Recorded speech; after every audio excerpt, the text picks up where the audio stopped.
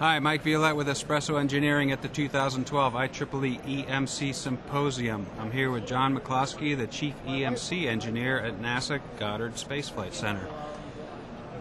John, it's good to have you here. I understand that there are some updates to GEVS. Would you care to tell us what those might be down the road? Certainly. GEVS has been around for quite some time, about decades, and all of Goddard's environmental requirements are defined in there: EMC, thermal, mechanical, and so forth.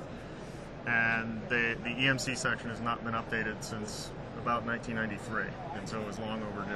So there's elements of 461C even in... Yeah, Mill Standard 461C and 462 are what the existing requirements have been based on. So there were, since we're up to F now, and I guess G is in the works, it's time to really bring it up to date.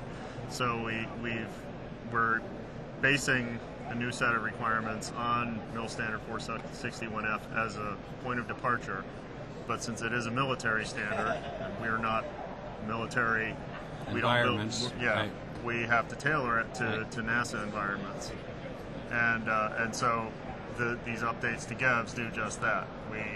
We base our new set of requirements and test methods on Mill Standard 461F, but we do some tailoring and tweaking as needed to address the needs that we have. So I imagine you're adopting the methods and maybe tweaking the limits and potentially the test levels?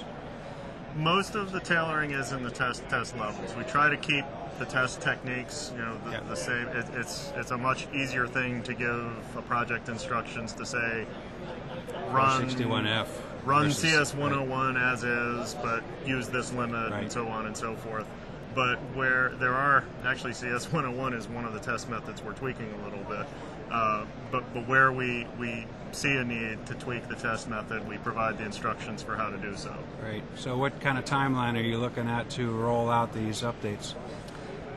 Well, I've provided them to the folks that have custody of the document, and they have issued a draft of the updated GEVS document, which that much is out of my direct control. But I'm hoping in the next few months that the new GEVS will be out and about for people to use and apply on their programs. So we can take a look at the draft technical specs and get ready for the rollout when it does happen. Absolutely. Be glad to provide them to you whenever you'd like them. And you're here at the show to give an update to our community? Yes, I will be.